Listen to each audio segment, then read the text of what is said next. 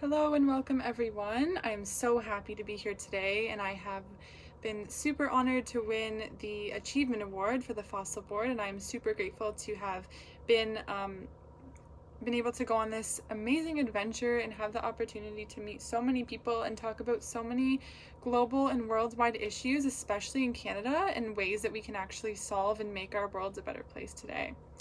So, one of my topics that I was super passionate about, and a topic that really surprised me, was actually poverty and homelessness. So, in Canada, over 250,000 people to today are struggling with homelessness. Many of us think that homelessness is due to the lack of work or laziness or the incapability to do anything, when in reality it's actually due to mental health challenges, domestic violence, drug abuse, and the high cost of living in Toronto. Toronto is actually one of the highest costs of rent in Ontario today.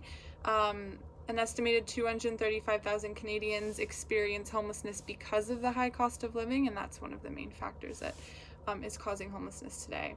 So one of my strategies to kind of help the homeless due to these causes, due to mental health, domestic violence, and the high cost of living, one will be mainly to help them out and to use our voices and our change, our actions, to actually make homelessness and poverty it's not as big of an issue, and kind of getting people into shelters, donating old used clothes, coming up with campaigns with friends and family.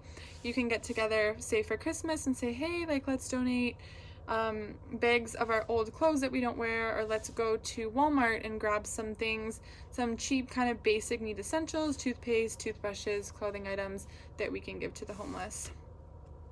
So the unaffordable high cost of living, 76% of people say that in reality what they really need is just to kind of lower the cost of rent, which is true. Minimum wage is only $14 an hour in Ontario today, which is not enough for basic needs and the high cost of living. So secondly, another topic that I was researching about and that helped me learn about poverty and homelessness today in Canada was mental health.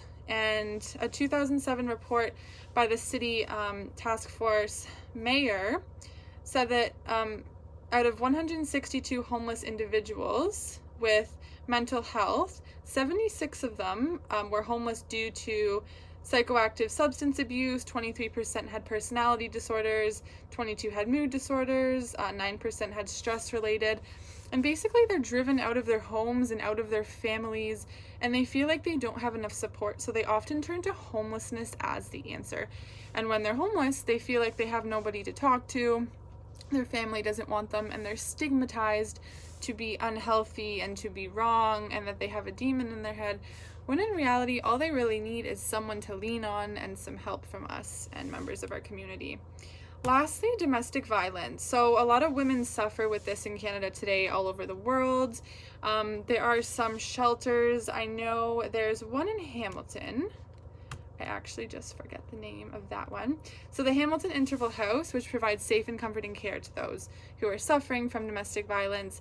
Shelters like this in Hamilton, women also don't have enough money when they leave their spouse who has been violent to them. They don't have money to seek housing on their own, which is why they turn to shelters. So we need to kind of talk to the government and people of our community, local mayors, on how we can kind of help this issue by creating more homes for domestic violence, people who are suffering, and kind of donating to those shelters.